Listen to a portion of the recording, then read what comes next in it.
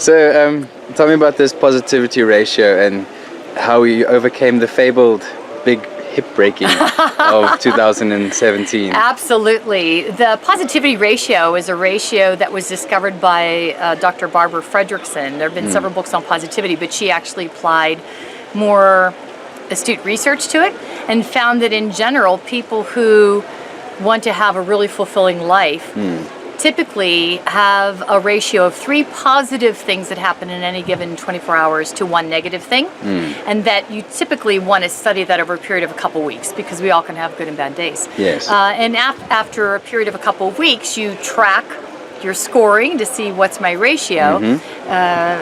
You can find if you generally look at things very positively or very negatively. The good news about all of this is that you can change the ratio and improve it.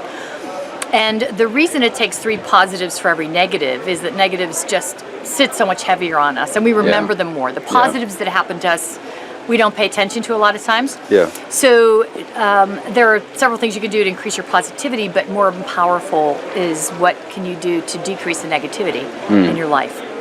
So some simple things would be when you find yourself thinking some negative thought and you're being emotional about it, take it down into the objective parts and say, what really am I looking at in terms of what are the facts of what I'm upset about? Yes. And that can take the emotion out of it so you can more easily problem solve. Also includes things like really keeping negative people away from you as much as possible. Just kind of, reduce your exposure to them. Yes. Reduce your exposure to media because news is developed to generate negative emotions, which is really interesting.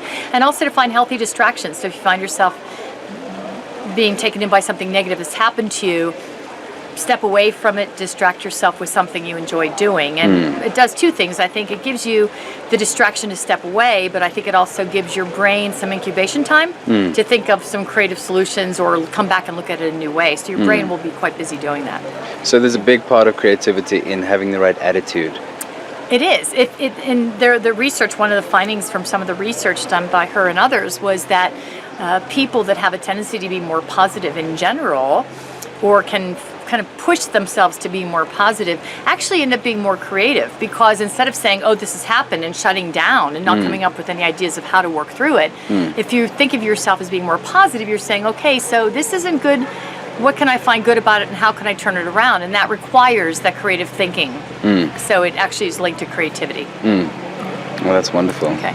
So this is essentially how you had to deal with your accident last year. Yes, so last year at Acre, I had fallen and broken my hip. It was just a fluke, weird thing that happened. Atrocious. And I was in the hospital.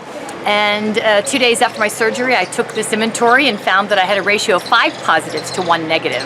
And that I indeed, although in a foreign country with a broken hip, was extremely happy.